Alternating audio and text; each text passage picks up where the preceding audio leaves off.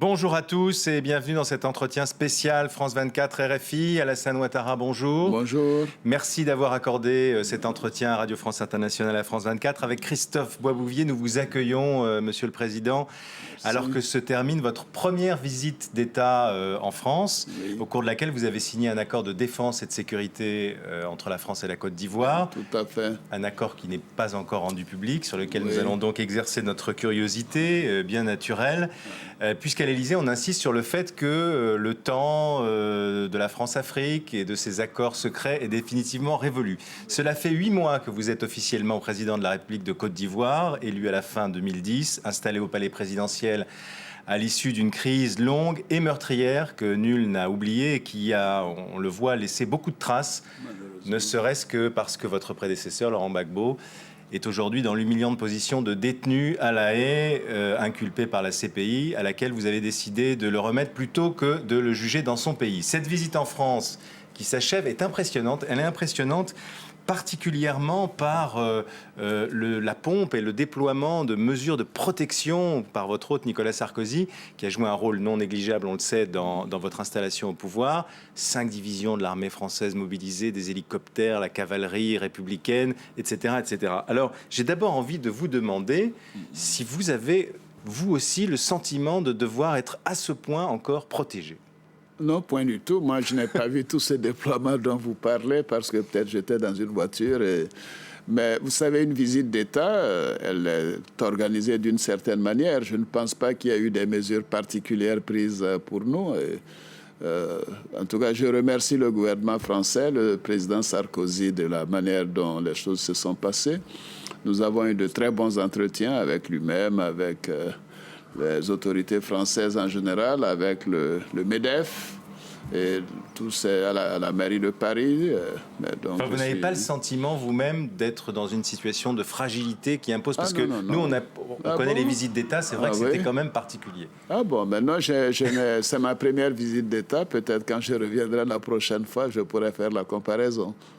Donc vous avez signé ce jeudi cet accord de défense. 300 soldats français vont rester en Côte d'Ivoire. Oui. Pourquoi avez-vous souhaité qu'ils restent? Est-ce parce que vous n'avez pas vraiment confiance dans votre propre armée? Non, je signale d'abord qu'il s'agit d'un traité de partenariat de défense. Ce n'est pas la même chose. Alors, ceci veut dire que ces documents que nous avons signés seront soumis au Parlement ivoirien et au Parlement français. Donc, il n'y aura pas de clause secrète. Le Parlement va en débattre et bien entendu, à l'issue de cela, donc ces documents, ce traité deviendra définitif.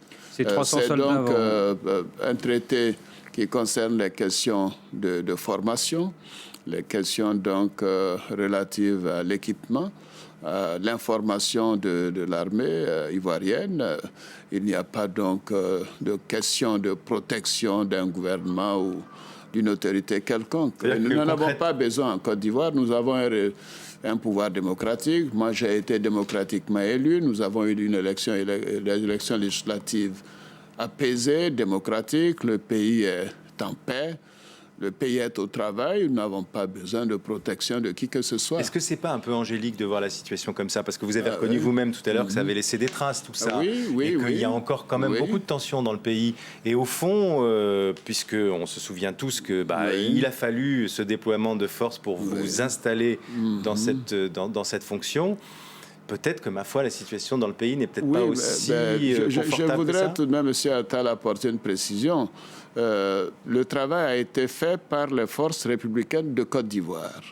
La France est intervenue sous mandat des Nations Unies avec les troupes onusiennes, l'ONUCI. Et puis voilà, Laurent Gbagbo a refusé de partir.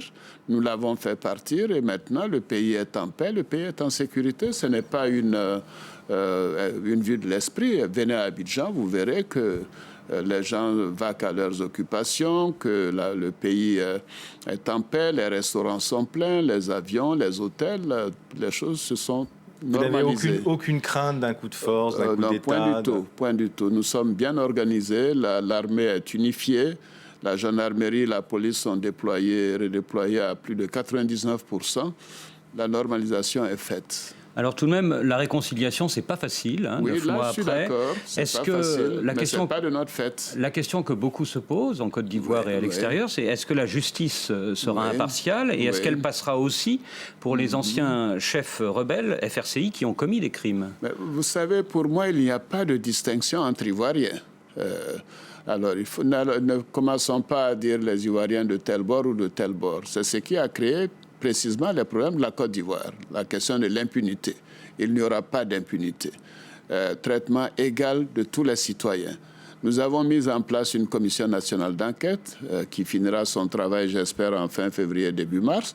À l'issue de cela, le rapport sera transmis à qui de droit et les juges pourront appeler devant les tribunaux ceux qui ont commis des crimes et ils seront jugés selon nos lois. Y compris éventuellement ce qu'on appelle les cop-zones, les anciens chefs rebelles. Pourquoi voulez-vous qu'il y ait des exceptions? Et pourquoi vous voulez les indexer a priori? Parce qu'il y a eu Douékoué, quand même. Ah oui, il y a eu Douékoué, mais attention, Douékoué, c'était des guerres, un problème ethnique, c'était un problème foncier, c'était donc pendant la guerre, moi je ne veux pas prendre parti.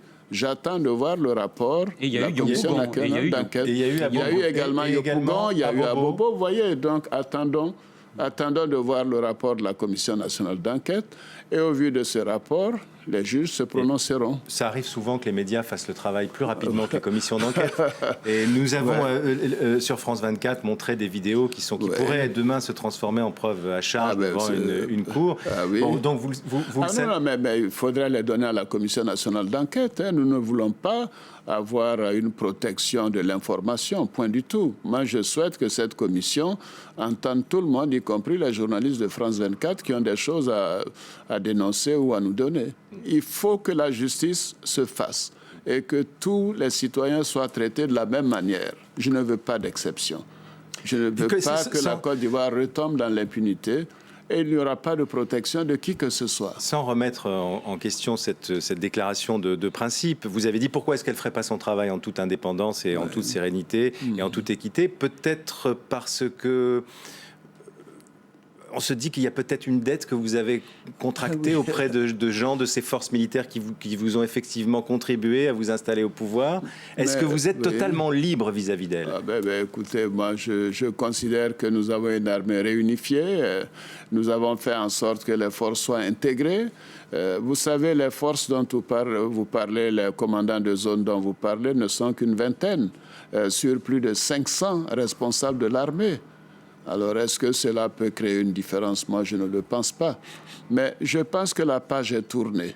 Les militaires savent que l'état de droit est en place en Côte d'Ivoire, que nous voulons respecter les droits humains et qu'il n'y aura pas d'exception. Et nous avons sanctionné de nombreuses personnes, de nombreux militaires. Nous avons fait en sorte que la loi soit appliquée à tous. Et je suis confiant de poursuivre cela. Il y a 2 mois, vous avez reçu le procureur Moreno Ocampo, le procureur de la Cour pénale internationale. Si demain un certain nombre d'officiers de l'ex-armée Gbagbo ou des ex-FRCI ou des FRCI sont inculpés, est-ce qu'ils seront plutôt jugés en Côte d'Ivoire ou à La Haye devant la CPI? Non, c'est une question que nous continuons d'examiner. Alors, entendons-nous bien. FRCI veut dire les ex-FANCI, c'est-à-dire les ex-Forces armées nationales de Côte d'Ivoire, et les ex-FAFEN, c'est-à-dire les ex-Forces armées des Forces nouvelles. Alors, les deux travaillent ensemble. Les enquêtes concernent tout le monde, aussi bien ces deux forces que d'autres personnes, même des civils. Est-ce que les gros poissons iront à La Haye et les petits poissons resteront à Abidjan? Non. Vous savez, moi, je ne suis pas dans une situation où je veux anticiper ce qui va se passer. Une chose est certaine, nous allons examiner ces cas. Je préfère que la justice soit rendue en Côte d'Ivoire. Nous n'en avions pas les moyens. Et si dans quelques semaines, dans quelques mois, nous en avons les moyens, nous préférons juger les uns et les autres en Côte d'Ivoire. Vous n'aviez pas les moyens de juger Laurent Gbagbo en Côte d'Ivoire? Non, Laurent Gbagbo, c'est autre chose. Quoique, quelle qu'a été notre décision, on nous aurait accusé de ne pas avoir une justice impartiale. Là, la Cour pénale internationale est une cour indépendante. La justice est totalement impartiale. J'ai préféré, pour ma part, donner ce cas à la Cour pénale internationale. Pour les autres, nous sommes en train d'examiner la question. Actuellement, il y a plus de 60 cadres civils et militaires de l'ancien régime qui sont en prison. C'est la justice qui peut décider ou non de leur remise en liberté. Mais politiquement, est-ce que la libération de certains d'entre eux ne pourrait pas donner un signal en faveur de la réconciliation ? Mais ce sont les tribunaux qui doivent en juger. Ce que nous avons fait, nous avons des faits précis sur un certain nombre de personnes, des crimes de sang ou des crimes économiques. S'il n'y a pas ces deux catégories de crimes, ces personnes n'ont pas lieu d'être en résidence surveillée ou en prison.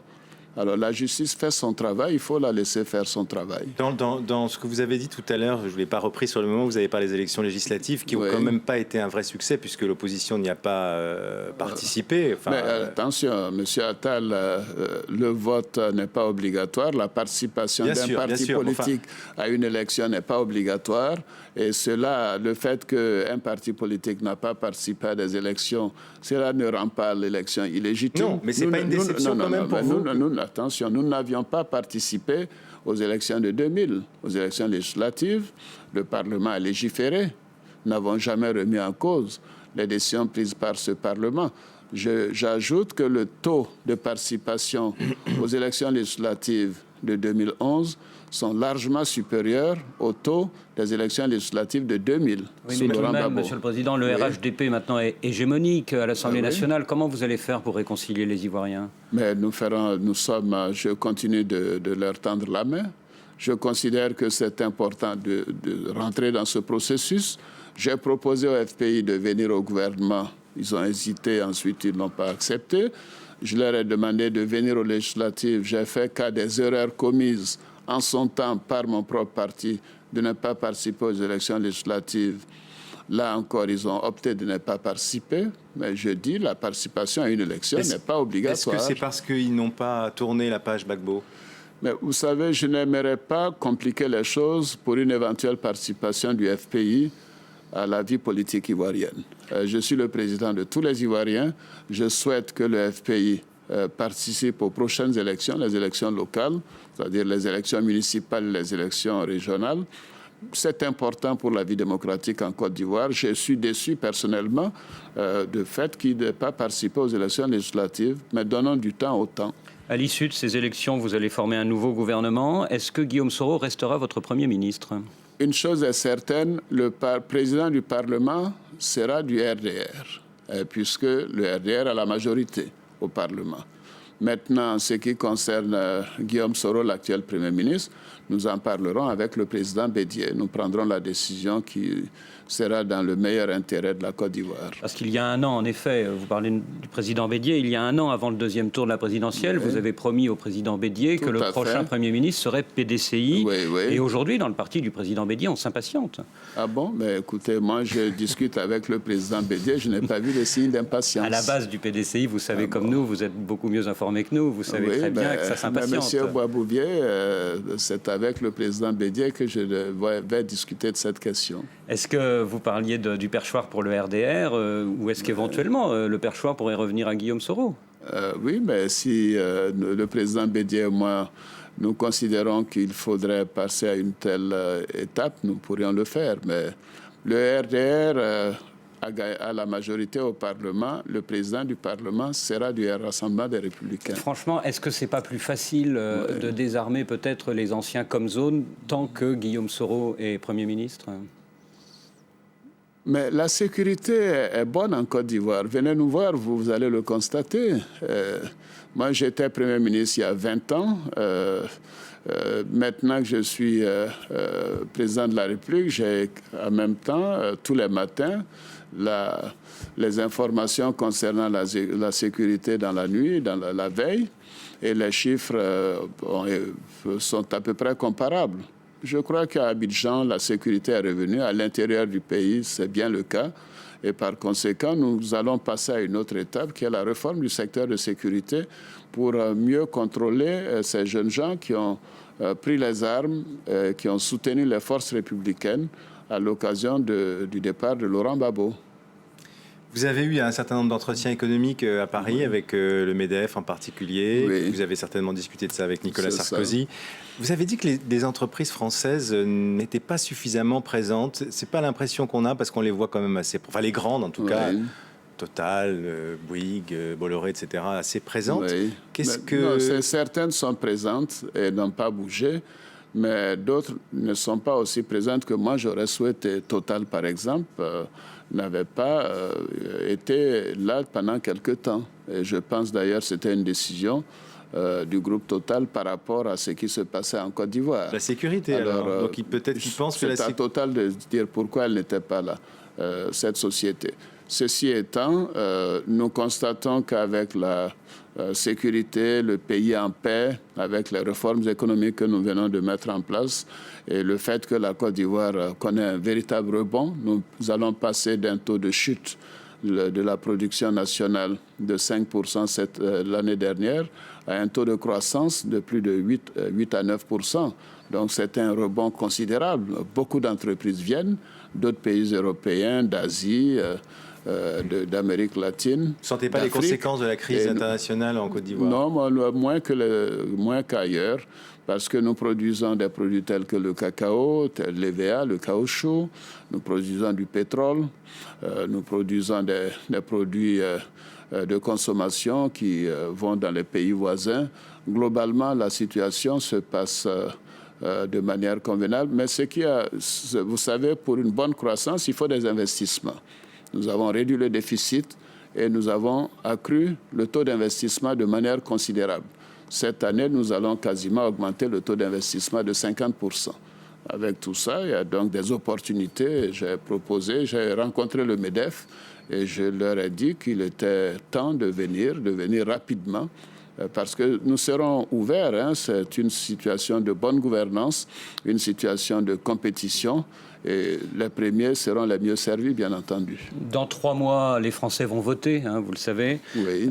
L'élection s'annonce très serrée. Pourquoi ne profitez-vous pas de cette visite à Paris pour rencontrer, par exemple, François Hollande ou François Bayrou? Mais ce n'est pas à moi d'établir le calendrier de ma visite. Je suis en visite d'État. Je rencontre les personnalités qui me sont proposées par vous auriez pu émettre cette volonté? Par principe, dans une visite d'État, on se soumet au calendrier des autorités qui vous invitent. Et je n'ai rencontré aucun homme d'affaires de manière individuelle ou bilatérale et aucun homme politique de manière personnelle ou bilatérale. Les socialistes français ont longtemps soutenu votre adversaire Laurent Gbagbo. Avez-vous des rapports difficiles avec eux ou pas? Non, point du tout. Je ne suis pas sûr que les socialistes ont longtemps soutenu Laurent Gbagbo. Ces dernières années, je me souviens des déclarations des uns et des autres indiquant que Laurent Gbagbo était infréquentable. Vous communiquez avec François Hollande quand même? Je préfère sortir de ce chapitre, s'il vous plaît. Je ne veux pas me mêler de politique française. Est-ce que, néanmoins, on dit beaucoup que vous avez des relations d'amitié très intimes avec Nicolas Sarkozy et de longue date. Est-ce que c'est pas là aussi quand même un héritage de la France-Afrique, c'est-à-dire encore des rapports entre les chefs d'État, entre les pays plutôt, qui sont très basés sur le rapport personnel entre les chefs d'État? Nicolas Sarkozy est bien mon ami. Nous sommes amis depuis plus de 20 ans. Bien avant que je ne sois opposant ou président de la République. Ce sont des rapports d'amitié. Vous n'allez pas tout de même m'interdire de continuer de fréquenter mes amis parce que je suis président de la République. Vous avez salué le courage de Nicolas Sarkozy l'an dernier sur Abidjan. Est-ce que n'importe quel autre homme politique français aurait eu le même courage? Ah non, permettez-moi de ne pas me prononcer sur de tels... Ce que je note, je connais bien Nicolas Sarkozy, c'est mon ami, il a de fortes convictions, il est courageux et il en a donné la preuve à l'occasion de la crise ivoirienne. Merci. Et à l'occasion de la crise libyenne aussi. Merci, Monsieur le Président, d'avoir été notre invité sur RFI et France 24 aujourd'hui. Bon retour en Côte d'Ivoire et à bientôt. Merci d'avoir suivi cet entretien de France 24 Merci. et d'RFI. À bientôt.